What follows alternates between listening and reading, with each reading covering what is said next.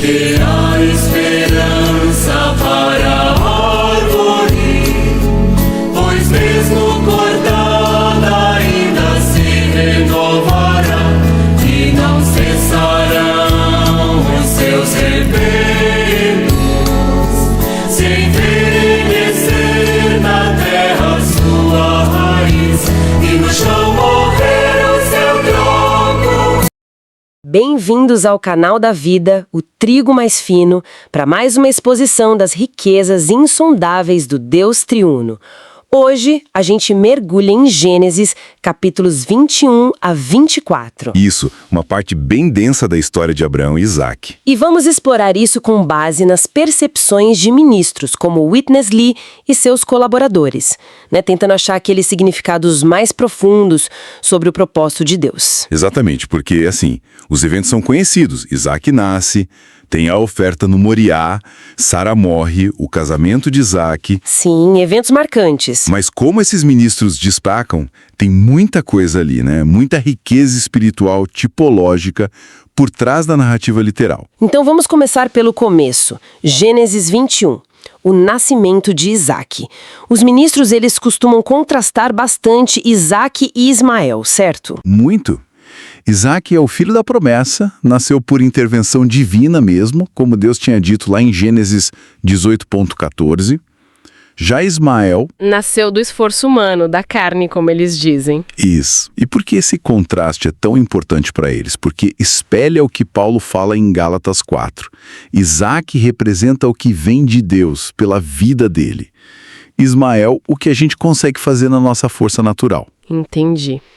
Então a meta de Deus não seria só, produzir bom comportamento? Não, é produzir Cristo em nós. Gálatas 4,19 fala disso, gerar Cristo. E para isso acontecer, com Abraão e Sara, precisou de um processo, né? Uma preparação. Uma preparação longa, uma circuncisão espiritual, pode-se dizer. A força natural deles precisou ser meio que aniquilada para que o poder de Deus agisse. E a perseguição de Ismael a Isaac, que Paulo também menciona em Gálatas 4,29. Simboliza essa luta interna, né? Carne contra espírito, lei contra graça. Depender de si mesmo versus depender de Deus. Faz sentido. E essa preparação toda parece que desemboca no teste seguinte, que é uau!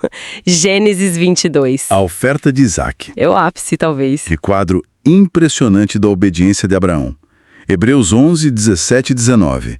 Diz que ele creu que Deus podia até ressuscitar Isaac. Incrível. E a tipologia que os ministros veem aqui é fortíssima. Abraão é um tipo do pai. Entregando o filho amado. Exato.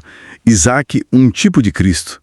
A viagem de 3 dias para o Moriá, eles veem ali uma figura da comunhão do pai e do filho indo para a cruz. E o final com o carneiro preso no mato. Sim, o clímax.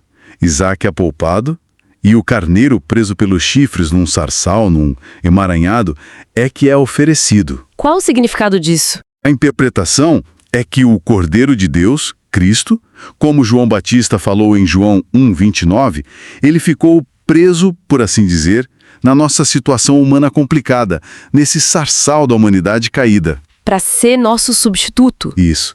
1 Pedro 1:19-20 fala do sangue precioso. E o nome do lugar, Jeová Jiré, o Senhor proverá. Mas também tem o sentido de o Senhor verá. Na cruz tem a provisão de Deus e a visão, o entendimento do plano dele. Que profundidade! Essa experiência deve ter transformado Abraão profundamente.